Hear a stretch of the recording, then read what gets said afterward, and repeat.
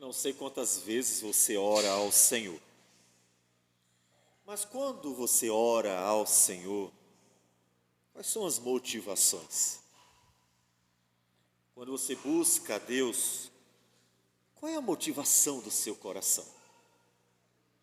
E quando você vem ao culto ao Senhor, o que motiva você? Isso é importante, muito importante. É tão importante que o Senhor Jesus, em João 4, quando conversava com aquela mulher samaritana, preocupada com o lugar da adoração, Jesus, onde devemos adorar ao Pai, ele simplesmente diz: olha, vem um momento e chegou que os verdadeiros adoradores adorarão o Pai em espírito e em verdade. Ou seja, não apenas preocupados com o ritual, mas realmente na presença do Senhor, em espírito e em verdade. Então eu pergunto outra vez: você busca o Senhor com que motivação?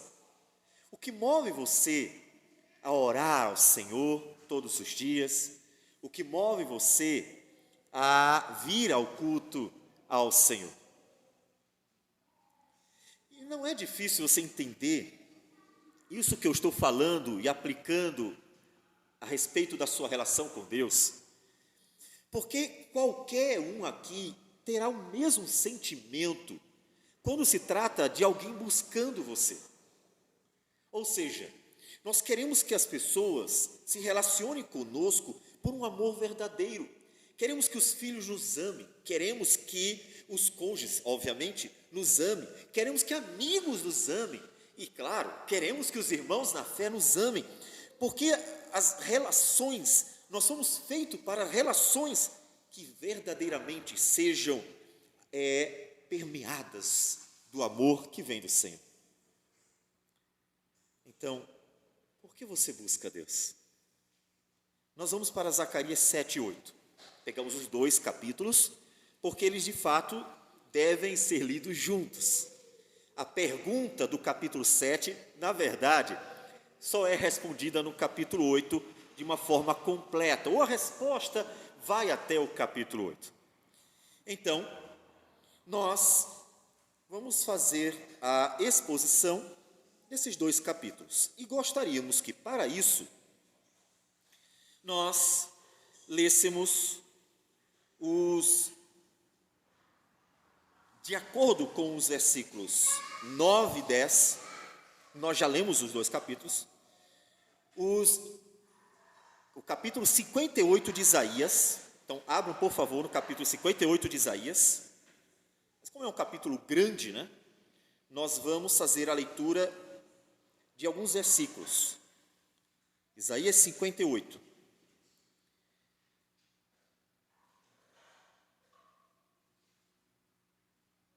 E nós vamos ler a partir do versículo 3. O profeta Isaías diz: por que jejuamos nós e tu não atentas para isto? Essa é uma pergunta do povo que o profeta está repetindo. Por que jejuamos nós e tu não atentas para isso? Por que afligimos a nossa alma e tu não levas em conta? Eis que no dia em que jejuais, cuidais dos vossos próprios interesses e exigis que se faça todo o vosso trabalho.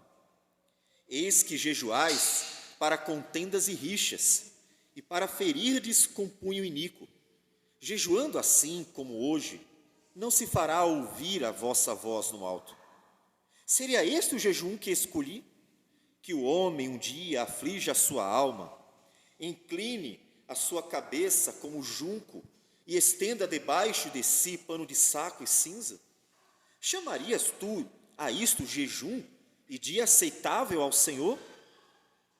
Porventura, não é este o jejum que escolhi, que soltes as ligaduras da impiedade, desfaças as ataduras da servidão, deixes livres os oprimidos e despedaces todo jugo? Porventura não é também que repartas o teu pão com o faminto e recolhas em casa os pobres desabrigados? E se vires o nu, o cubras e não te escondas do teu semelhante? Então romperá a tua luz como a alva, a tua cura brotará sem detença, a tua justiça irá diante de ti, e a glória do Senhor será a tua retaguarda. Senhor Deus amado, a tua palavra é perfeita, Senhor, de modo que pelo Espírito Santo que fala por tua palavra, é revelado, ó Deus, o pecado de todos os homens.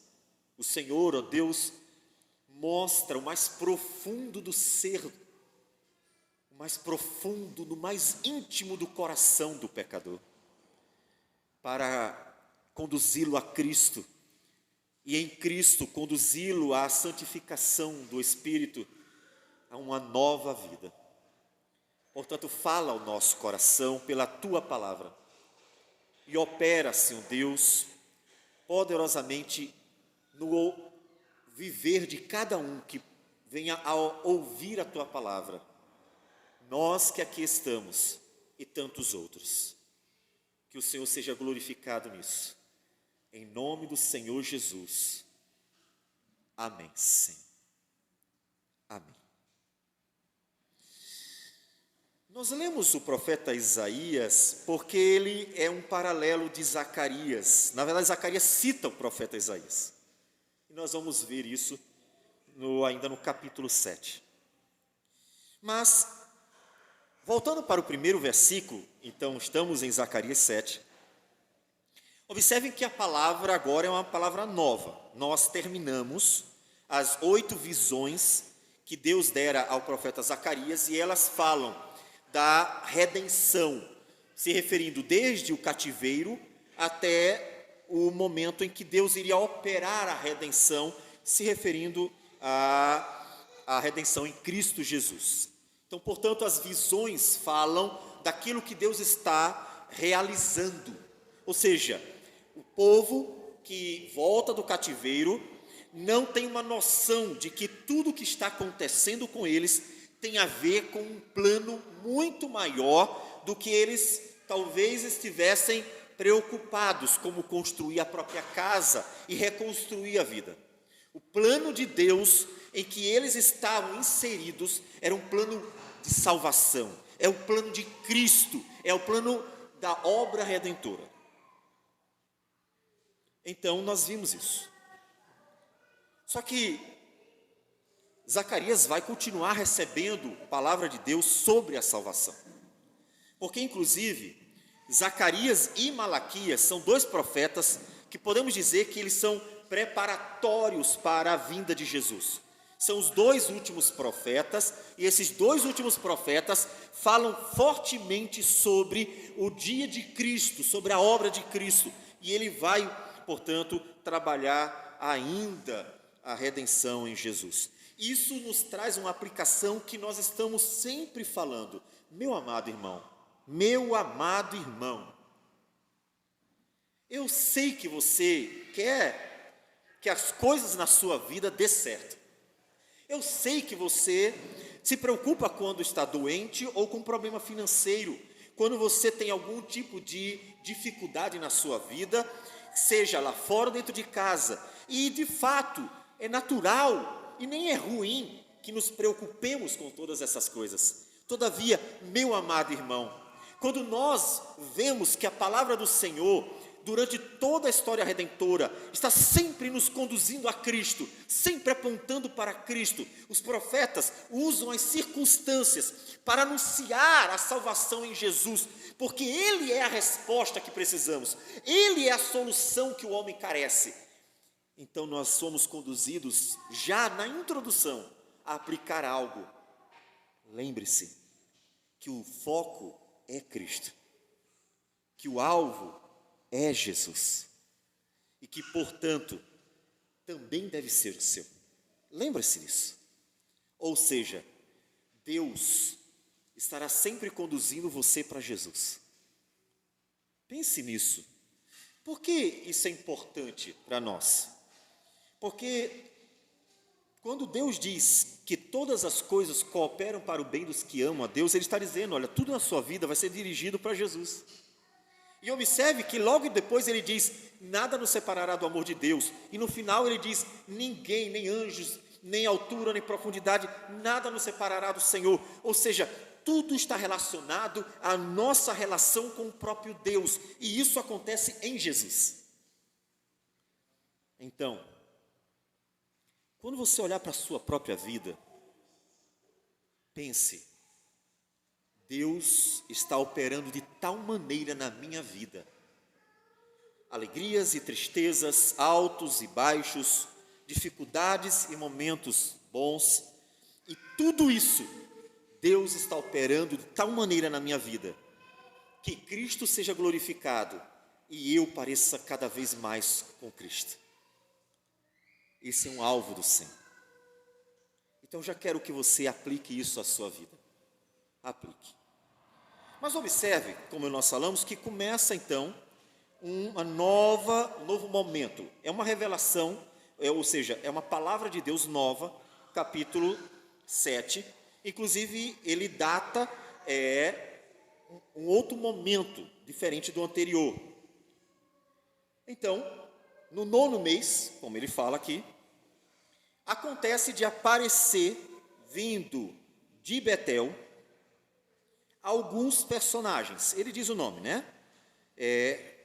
Sarezer, Regem Meleque e seus homens. O que eles foram fazer lá? Eles souberam que o Senhor estava restaurando Jerusalém. Então eles foram até Jerusalém, até o templo sendo reconstruído, e até o profeta, porque Deus suscitou o profeta Zacarias e o profeta Ageu, para perguntar, até quando nós vamos estar orando e jejuando, e Deus vai realmente operar em nós, vai fazer algo? Quando é que Deus finalmente vai restaurar o seu povo? Finalmente vai fazer maravilhas no meio do seu povo, conforme as suas promessas? Até quando vamos jejuar? Então, observe o seguinte, essa pergunta é a pergunta que dirige todo o texto. Então, fiquem atentos. A pergunta que vai ser respondida no capítulo 7 e 8 vou ler o versículo 3. Metade dele diz, continuaremos nós a chorar com jejum no 5º mês, como temos feito por tantos anos? Até quando, Senhor? Quando finalmente o Senhor vai fazer algo extraordinário? Essa é a questão. Bom, feita a pergunta para Deus, observe que Deus responde. Observe uma coisa importante nisso. Veja como Deus é gracioso. Deus tem a obrigação de estar respondendo nossos questionamentos? Não. Mas você mesmo poderá dizer, quantas vezes eu pedi uma direção de Deus e Deus me deu a direção? Quantas vezes eu pedi a Deus uma resposta sobre o que fazer e Deus mostrou o caminho? E Deus, por meio de sua palavra, falou realmente. Eu entendi a verdade que foi aplicada à minha necessidade específica. Ou seja, Deus respondeu à minha indagação. Deus é uma obrigação? Não, mas a Escritura diz, Deus é tão bom que mostra o caminho aos pecadores. Isso significa que nós somos motivados pelo próprio Deus a estar sempre buscando a direção do Senhor, sempre procurando entender a vontade do Senhor, para que a nossa vida seja conduzida por Ele, para a glória dEle, para o nosso próprio bem, é claro. Então veja que Deus responde. Versículo 4 diz, então a palavra do Senhor dos Exércitos veio a mim dizendo. Então, Deus vai responder. É claro, nós vamos ver que a resposta nem sempre é uma resposta tão favorável. Ou seja, quando você pede a Deus, Deus, eu preciso saber o que fazer, Você está realmente pedindo que Deus dirija a sua vida? Ou você está dizendo, Deus, olha, eu tenho muita vontade de fazer isso, mas eu confesso que eu estou em dúvida. Se o Senhor assinar embaixo, aí eu vou. Aí Deus diz assim, não vou assinar embaixo, faz desse jeito. Aí você fica meio chateado. Deus, eu orei, mas eu queria aquilo, e o Senhor me disse isso. Então observe que muitas vezes, quando nós oramos ao Senhor, nós já estamos inclinados a uma resposta, já estamos querendo uma resposta, só que Deus não vai necessariamente responder o que queremos. Nem sempre a vontade do Senhor é a nossa. E a Bíblia diz, o homem faz muitos planos, mas a resposta certa vem do Senhor. A pergunta que fica diante disso é, você confia em Deus? Se você confia numa pessoa bastante, vamos botar um mecânico, você confia no seu mecânico? Se você confia no seu mecânico, então você leva o carro e o mecânico diz, tem isso, você pensava que era uma coisa, você ouviu um barulho ou sentiu alguma pancada e então, aquele pouco conhecimento que você tem, você entendeu que eu acho que é isso. Mas você leva lá, o mecânico analisa e diz, olha, é isso. Tem que trocar agora isso, depois, posteriormente pode ser aquilo e assim vai. Se você confia nele de verdade, você vai dizer, não queria, não era bem o que eu pensava, mas faça. Claro, estou considerando as condições financeiras. Se você não confia nele, você vai dizer assim, eu vou em outro mecânico. Eu acho que não é isso. Não é assim que acontece? Então, quando você pede a Deus direção e Deus dirige você pelo caminho que Ele quer, não necessariamente o que você quer, a pergunta importante é, você confia em mim? Essa é a pergunta implícita na resposta de Deus. Você confia em mim? Se você disser, claro, Senhor, eu confio. Pense no apóstolo Pedro, que lançou a noite toda a rede e não pegou nada. Deus escondeu todos os peixes de propósito. Nada, apareceu nada. Os peixes se esquivaram de todos os momentos que ele lançou a rede. Terrível para um pescador. Mas quando Jesus disse para Pedro, Pedro, lança ali a rede. Pedro, com certeza, entendeu que não ia fazer nenhuma diferença. Na sua cabeça era, mas eu já fiz isso. Todavia ele disse, porque o Senhor está mandando, eu vou lançar. Ou seja, Pedro, ainda que Jesus não fosse um pescador, Pedro confiou no mestre, pela relação que ele tinha com o mestre, e já tinha visto as obras do mestre. Pedro só lançou a rede porque acreditou que o mestre sabia o que estava dizendo, mesmo que parecesse completamente impossível que ele viesse a pegar qualquer peixe, a noite toda perdida. E a rede veio rasgando de tantos peixes. Portanto, quando Deus vai responder, precisamos ter diante de nós uma pergunta implícita em toda a resposta de Deus. Você confia em mim? Então, ele diz o seguinte, fala, versículo 5, procurem acompanhar com a Bíblia aí, vão acompanhando, nós vamos apresentando o texto. Fala a todo o povo desta terra e aos sacerdotes. Resposta de Deus. Quando jejuastes e pranteastes, no 5º e no 7º mês, durante estes 70 anos, por que 70 anos? 70 anos foram exatamente os anos do cativeiro. Ou seja, ele está dizendo que durante 70 anos, pelo menos um grupo do povo esteve jejuando por causa do sofrimento, do cativeiro, de tudo que aconteceu.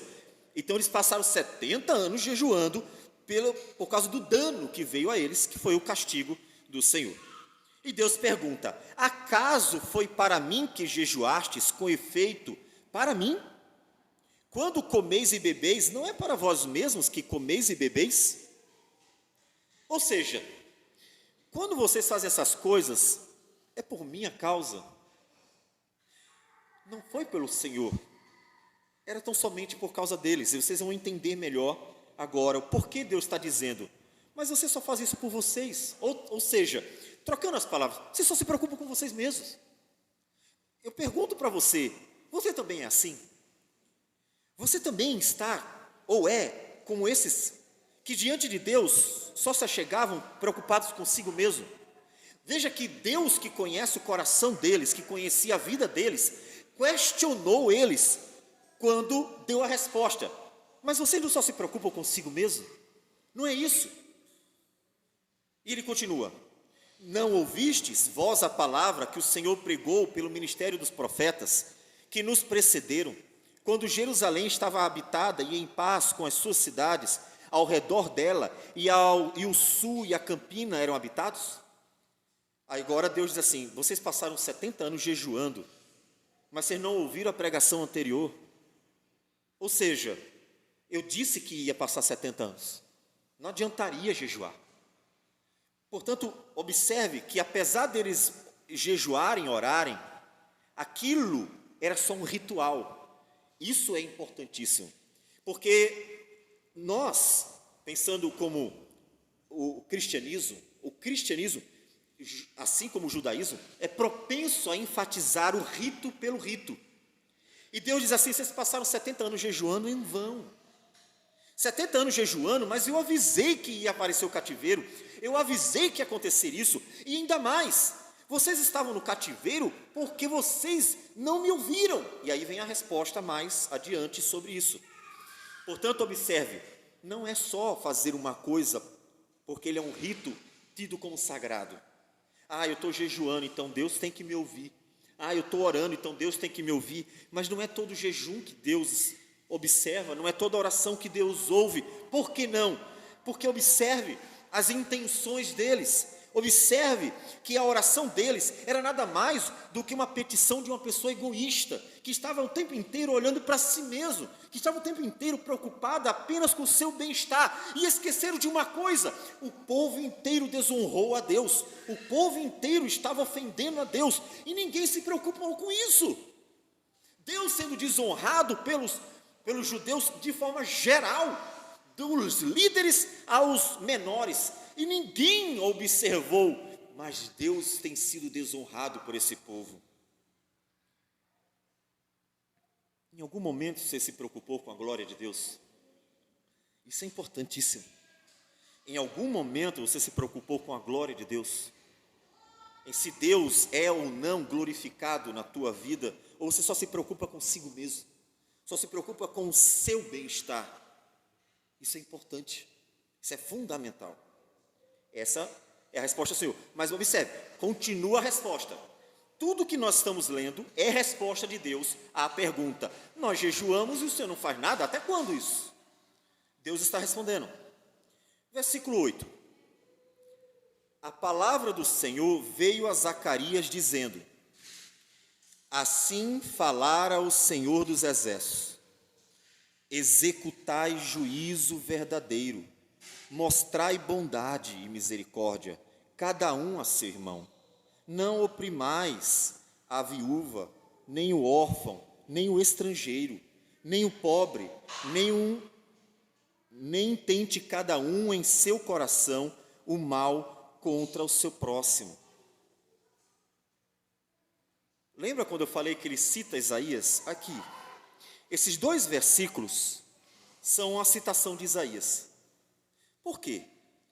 Observe, a pergunta daqueles homens é: Senhor, nós estamos jejuando, e o Senhor, até quando nós vamos continuar jejuando? Aí ele responde: vocês têm que executar o juízo, o juízo verdadeiro, vocês têm que mostrar a bondade, vocês têm que mostrar a misericórdia, vocês têm que não oprimir a viúva, nem o órfão, nem o estrangeiro, coisa muito comum, inclusive em alguns locais, inclusive, infelizmente, em nossa região, há muito problema com a forma como se lida com o pobre do estrangeiro que tantas vezes está tentando viver. Então, veja que é um pecado, né? Eu poderia dizer assim: xenofobia não só é crime, é pecado contra o próprio Deus. Nem o pobre, O que Deus está dizendo? O que ele disse por Isaías. Vamos para Isaías, só para vocês entenderem a questão melhor, porque como é uma citação de Isaías, o texto de Isaías está completo. Em Isaías acontece o seguinte, é a mesma pergunta, a mesma questão é, por que jejuamos nós e tu não atentas para isso? Você já perguntou isso para Deus? Observe que isso é importante. Quantas vezes você orou e teve a sensação de que Deus não está ouvindo você? Essa seria a ideia. Eu não vou dizer que no seu caso seja a mesma questão, eu não conheço. Todavia, a questão é, estamos orando, estamos jejuando e o Senhor não muda nada, e o Senhor não muda nada, e o Senhor não muda nada. Por quê? Aí Deus questiona. Por acaso vocês estão jejuando para satisfazer os seus próprios interesses? Não é isso? Aí Deus pergunta, e foi isso que eu ensinei para vocês? Eu ensinei a vocês que jejuar é colocar, versículo 5 de Isaías, é afligir a alma, inclinar a cabeça como junco. E aí veja que Deus está descrevendo um ritual, percebe? Deus está descrevendo um judeu que está com a cabeça num pó, se humilhando, pano de saco, jejuando, é um ritual. E eles estão dizendo, Senhor, até quando vamos fazer isso? E o Senhor não vai nos ouvir, não vai nos abençoar, não vai nos fazer prosperar, até quando? E Deus disse, por acaso foi isso que eu ensinei que é jejum? Porventura é esse o jejum? E aí Deus diz assim, eu vou lhe dizer o que é jejum.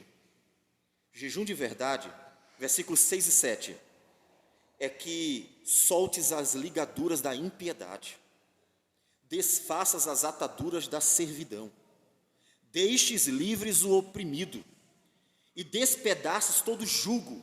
Portanto, veja que ele se dirige a pessoas que oprimiam outras, pessoas que tinham algum poder e que maltratavam, abusavam, usavam e faziam dos menores instrumento para o próprio bem-estar, o bem-estar dos maiores. E ele continua no 7, é também que repartas o teu pão com o faminto. Peraí, jejum é para repartir o pão com o faminto? Deus está dizendo, o que eu quero de vocês é piedade, o que eu quero de vocês é vida de verdade. Veja, reparta o pão com o faminto, recolhas em casa o pobre desabrigado, se vires o nu, o cubras, e não te escondas do teu semelhante. Minha gente, Jesus citou esse texto. Jesus citou esse texto. Mateus capítulo 25. Quando ele fala da volta dele. Quando vier o Filho do Homem na sua majestade, e todos os anjos com ele, se assentará no seu trono de sua glória, e todas as nações serão reunidas na sua presença. E ele separará uns dos outros, como o pastor separa dos cabritos as ovelhas. E porá as ovelhas à sua direita, mas os cabritos à esquerda. Então dirá o rei aos que estiverem à sua direita, vinde benditos do meu Pai, entrai na posse do reino que vos está preparado desde a fundação do mundo. Agora observe a citação do texto. Tive fome e me destes de comer, tive sede, me destes de beber, era forasteiro, o estrangeiro, e me hospedastes, estava nu e me vestistes, enfermo e me visitastes, preso e foste ver-me. Jesus nada mais, nada menos do que citou o profeta Isaías, porque Deus disse que o que Ele quer do seu povo é piedade, é exatamente uma vida de verdade. Portanto, Deus não quer apenas ritos vazios de qualquer relação com Deus, porque para nada serve a Deus o rito em si mesmo, a não ser que ele carregue a essência que é a beleza da santidade do Senhor, que é a beleza da nova vida que o Espírito opera no pecador, que é a beleza da redenção. Sabe onde está a beleza da sua oração? Sabe onde está a beleza da sua oração? Está no fato de carregar a redenção, porque ela é uma resposta daquele que for alcançado por Jesus e está sendo movido pelo Espírito de Deus e então conduzido pela palavra para proclamar a glória daquele que nos chamou das trevas para a sua maravilhosa luz. A resposta de Deus é: vocês estão jejuando. O profeta Isaías já tinha dito: o que eu quero de vocês é que vocês sejam piedosos, é que vocês sejam verdadeiros, é que vocês sejam amorosos, é que vocês sejam bondosos, é que vocês façam o que é santo, justo, fiel e verdadeiro para a glória do meu nome. Observe, eles estão jejuando, praticando um rito por causa dos seus interesses particulares. Nós queremos prosperar, nós queremos nos dar bem, nós queremos que as coisas dê certo na nossa vida. Deus diz: vocês só se preocupam com vocês. Quando vão se preocupar comigo? Quando vão pensar em mim? Quando vão fazer as coisas para a minha glória? Portanto, observe que nenhum rito agradará a Deus se ele não for para a glória de Deus. Pode ser o culto, pode ser a oração, pode ser o batismo, pode ser até a ceia do Senhor, pode ser qualquer coisa. Nenhum rito agrada a Deus quando ele não é para a glória de Deus. Se é para envaidecer homens, se é apenas para cumprir uma obrigação, se é apenas para encher uma denominação, nenhum rito agrada a Deus quando ele não é para a glória de Deus. Deus está questionando eles: qual o propósito de vocês com isso?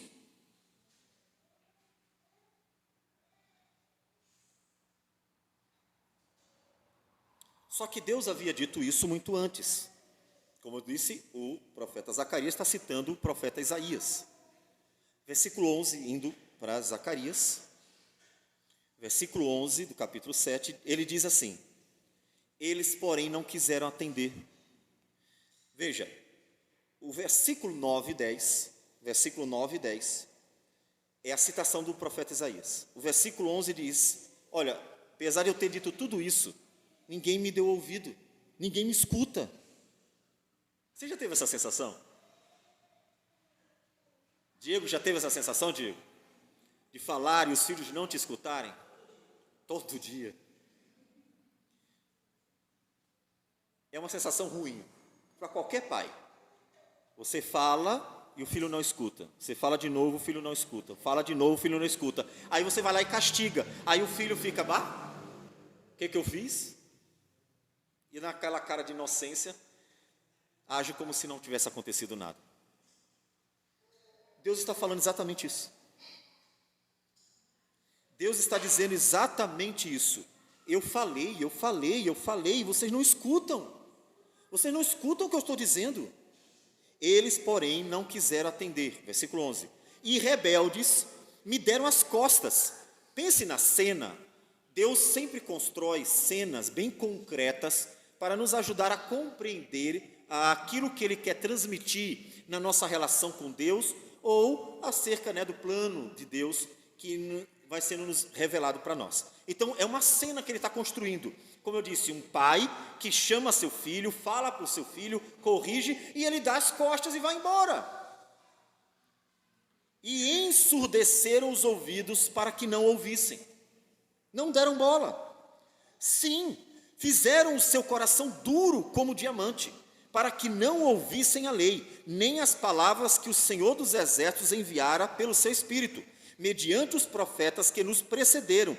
Daí veio grande ira do Senhor dos Exércitos. O que Deus está dizendo? Mas olha, vocês passaram 70 anos jejuando, só que vocês foram castigados porque vocês ignoraram a palavra do Senhor.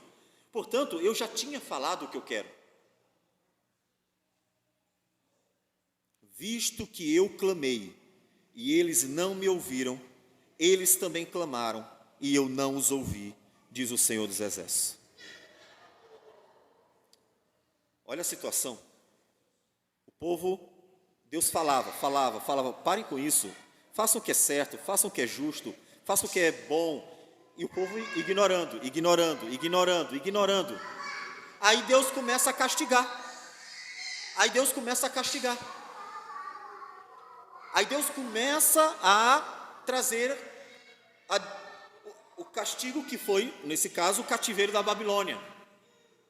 E eles começam a clamar, mas Senhor nos ajuda, Senhor nos ajuda. Aí Deus diz assim, olha, eu falei muitos anos pelos profetas e vocês me ignoraram.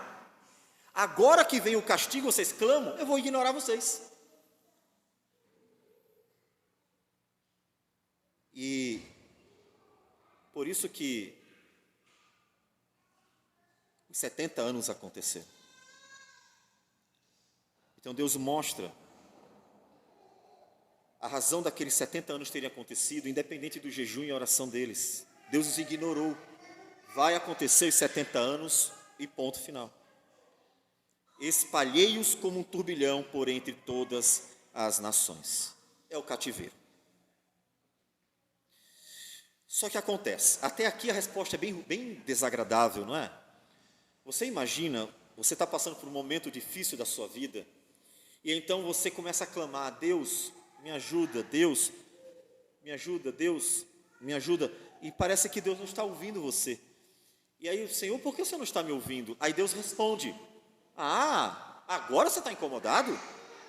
Eu passei anos avisando a você, falando para você como é que deveria ser, e você me ignorou, agora eu também estou te ignorando.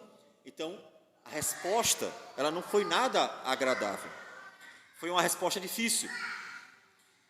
E aí, se terminasse aqui, aqueles que foram até o profeta para ouvir a resposta de Deus, voltariam, vamos dizer assim, numa depressão profunda. Porque de fato a palavra de Deus foi bem dura para eles. Deus praticamente disse, vou ignorar e ponto final. Só que acontece, o cativeiro acabou. Jerusalém está sendo reconstruída. Então, peraí, mas algo novo está acontecendo.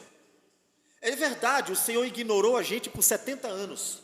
70 anos de cativeiro, 70 anos de castigo, 70 anos por causa da dureza de coração do povo, que durou centenas de anos. Só que agora, quando eles chegam em Jerusalém, Jerusalém está sendo reconstruída, Jerusalém está sendo reedificada, Jerusalém está com um novo momento. Então, peraí, algo novo está acontecendo. Algo novo está acontecendo. Portanto, o capítulo 8, Deus continua respondendo, só que agora ele vai dizer, mas não se preocupe, não é o fim. Minha resposta final não é, vão embora e eu não quero saber de vocês. Não, calma. Então vamos para o capítulo 8, quando vem a boa resposta do Senhor. Veio a mim a palavra do Senhor dos Exércitos, dizendo, assim diz o Senhor dos Exércitos, tenho grande zelo de Sião, e com grande indignação tenho zelo dela.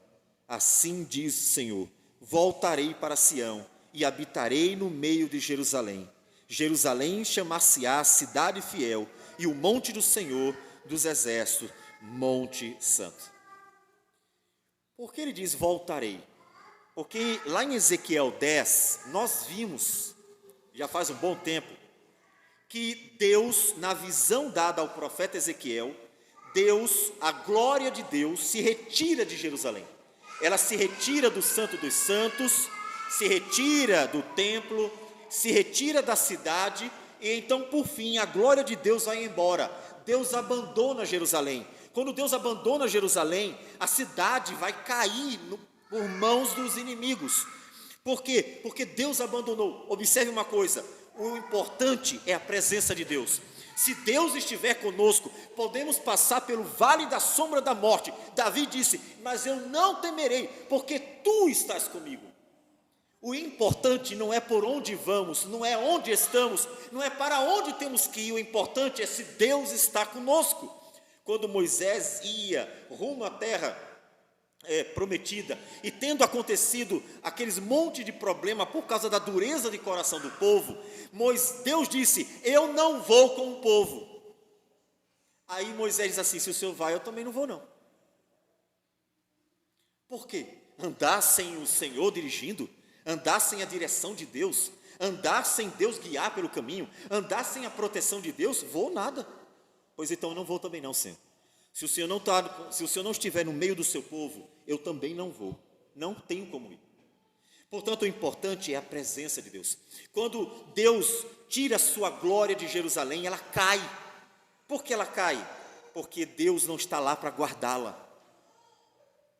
Salmo 127, Salmo de Salomão. Se o Senhor não edificar a casa, em vão trabalham os que edificam.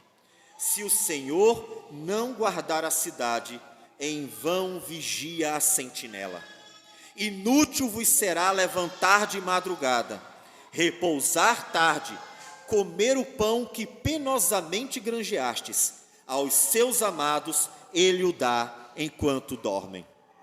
Se Deus está presente, nós podemos descansar. Se Deus está presente, nós podemos caminhar. Se Deus está presente, nós podemos lutar, porque Ele está presente. Então o que é que Deus promete? Deus diz: eu voltarei para Jerusalém. Ele havia se retirado, entregou Jerusalém ao inimigo, cumpriu o seu propósito, castigo de 70 anos.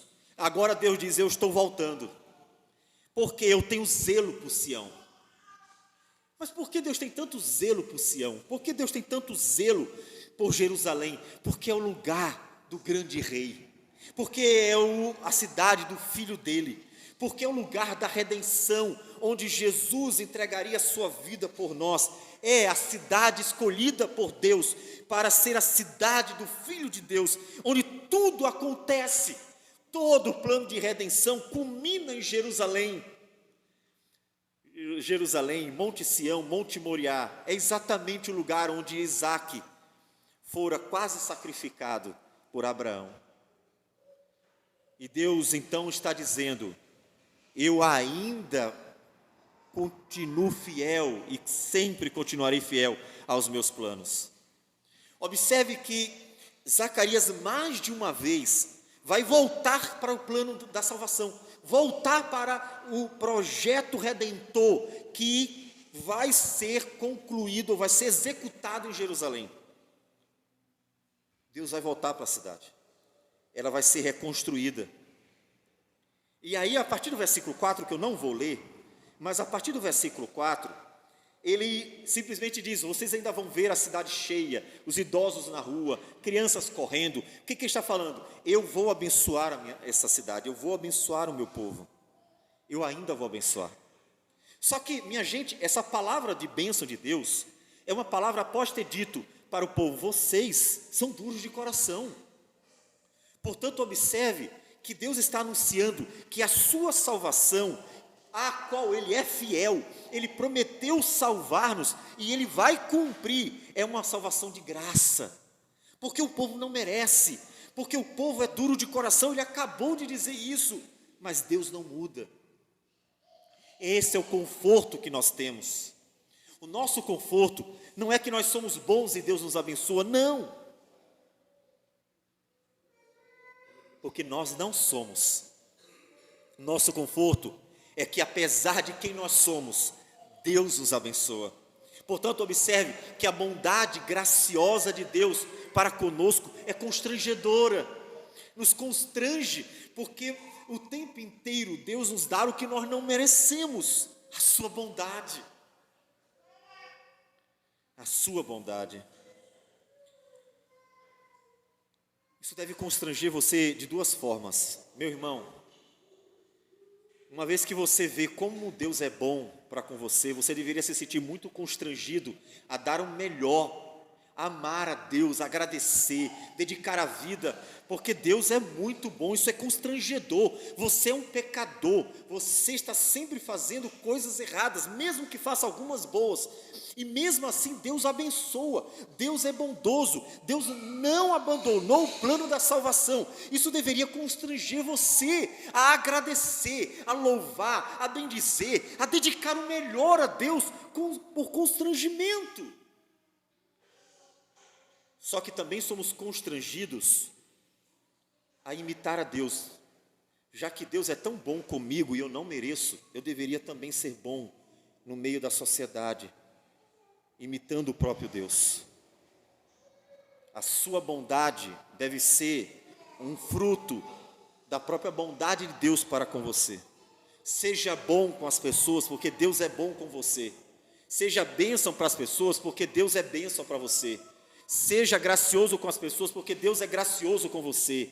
Faça o melhor para as pessoas, porque Deus faz o melhor para você. Sirva as pessoas, porque Deus tem servido você, sendo o próprio Deus. Lembre que Jesus lavou os pés dos discípulos. Portanto, glorifique a Deus na sua vida, sendo aquilo que Ele tem sido para com você. São as virtudes, percebe? São as virtudes dele, que Ele nos deu. E aí no versículo 8 ele diz: eles serão meu povo, e eu serei o seu Deus, em verdade e justiça. Observe o detalhe: vai ter um momento que eu farei uma obra tamanha, que esse povo será meu povo, eu serei o seu Deus, só que não desse jeito, no pecado que eles vivem, mas em verdade e em justiça. E o interessante é que isso não pode ser aplicado aos judeus apenas, mas deve ser aplicado ao plano de salvação e, portanto, a qualquer pessoa unida a Cristo. Porque o apóstolo Paulo, em 2 Coríntios capítulo 6, ele faz uso da mesma expressão dita para os judeus, dita para Israel, e se direciona a nós, que somos gentios, que não somos judeus, dizendo, versículo 16, a última parte: habitarei e andarei entre eles, serei o seu Deus, e eles serão o meu povo. Isso não foi dito para gentios no Antigo Testamento, foi dito para judeus. Portanto, Deus nos trata como o seu legítimo povo, como diz o apóstolo Pedro, que nós somos raça escolhida, sacerdócio real, nós somos este povo, e isso é aplicado a qualquer um que esteja em Cristo, qualquer um que se una a Cristo, qualquer um que, portanto, viva com Cristo. Como Paulo disse: não vivo mais eu, mas Cristo vive em mim, e esse viver que agora tenho na carne, vivo pela fé no Filho de Deus, que me amou e a si mesmo se entregou por mim. Deus não tinha terminado a resposta. Ele diz: haverá um tempo que eu habitarei entre vocês, e vocês serão meu povo em verdade e em justiça. E aí vamos pular para o versículo 13. E há de acontecer, ó casa de Judá, ó casa de Israel, que assim como fostes maldição entre as nações, ou seja, eles foram tão terríveis que eles serviram de instrumento de tropeço para as nações, eles foram maldição para as nações, assim vos salvarei e sereis bênção. Não temais e sejam fortes as vossas mãos. Até quando, Senhor, nós vamos clamar calma? A questão é quando finalmente a obra da salvação acontecerá. Quando ela acontecer, vocês serão bênção. Não serão mais um povo de meros ritos, serão um povo que andará comigo em espírito e em verdade. Vocês serão bênção para as nações. Portanto, agora Deus encoraja eles, percebem? A resposta desagradável passou e agora Deus está encorajando eles, porque o alvo dessa restauração de Jerusalém é a redenção. Todo aquele percurso novo iria culminar com a chegada de Jesus, porque inclusive, observem, que Jerusalém é restaurada após o cativeiro e é depois destruída em 70 depois de Cristo. Ou seja, esse período todo, ele culmina com Cristo, ele culmina com a salvação. Depois que Cristo vem, então encerra o papel de Jerusalém. Portanto, Deus diz: ânimo, coragem, haverá um tempo que grandes coisas vão acontecer na vida de vocês. Grandes coisas. E aí o versículo 16 diz, motivando eles a uma vida agradável a Deus, não apenas a jejuns e ritos. Ele diz: eis as coisas que deveis fazer, falai a verdade cada um ao seu próximo, executai juízo nas vossas portas, segundo a verdade, em favor da paz. Nenhum de vós pense mal no seu coração contra o seu próximo, nem ame o juramento falso, porque a todas estas coisas eu aborreço, diz o Senhor. Mudem a vida. É isso que eu quero de vocês. Eu quero de vocês uma vida nova. Eu quero de vocês uma vida piedosa. Eu vou fazer a obra da salvação. Sigam as minhas instruções, façam a minha vontade e confiem, porque eu vou operar o plano de salvação. O que Israel precisava nessa reconstrução era se preocupar em obedecer a Deus. Por quê? Porque aquilo que eles mais precisavam, Deus ia fazer. A salvação, uma nova vida, a transformação. Portanto, confie em mim.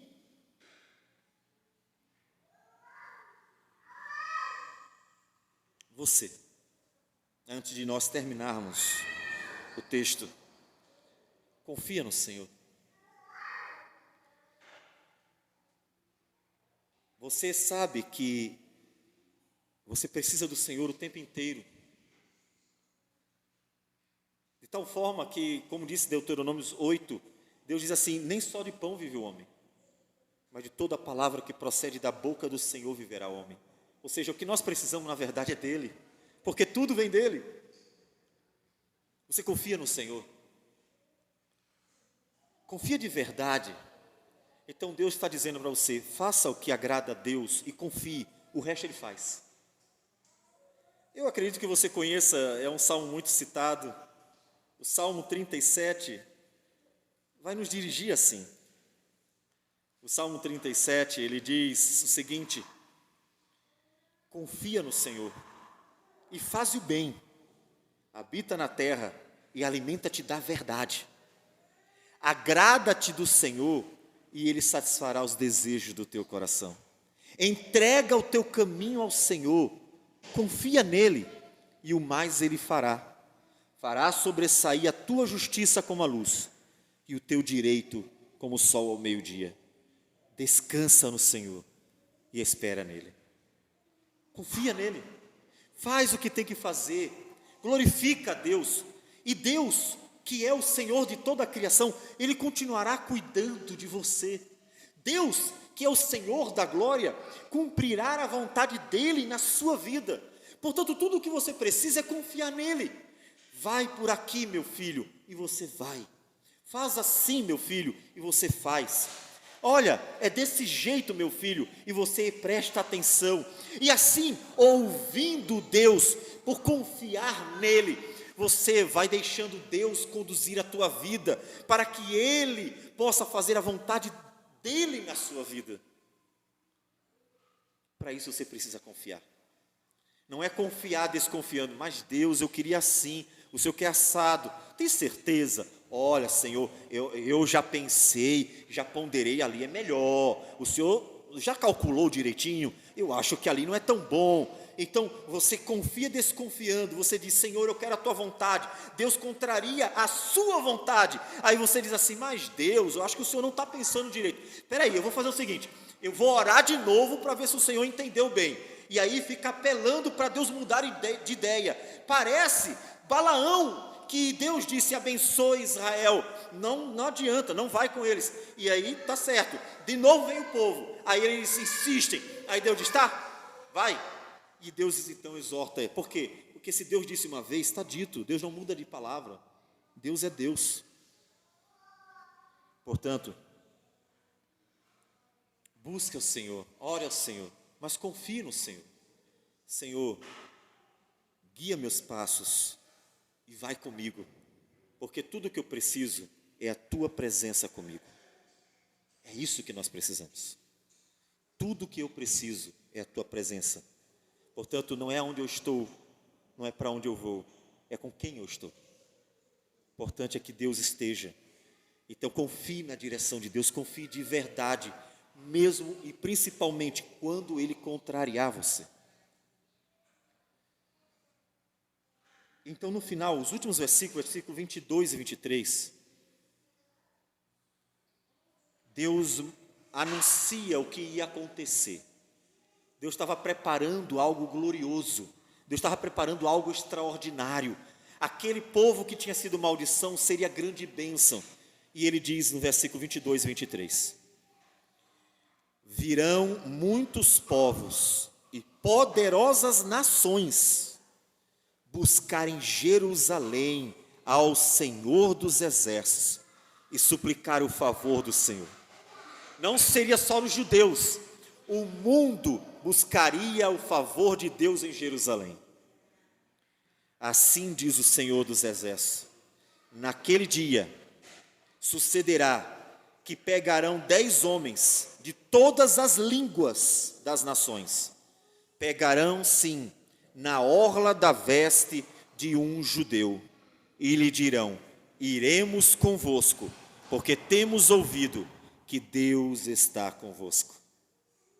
Irmãos, eu sei que poderemos fazer alusão a momentos bons de Jerusalém como momentos abençoadores, mas não tem como não interpretarmos que Deus está se referindo a Cristo, que está se referindo a um momento em que todas as nações seriam atraídas a Cristo. E por que Jerusalém, então, é a cidade? Porque é a cidade de Cristo, é onde Ele morreu para nos salvar. Todas as nações seriam atraídas.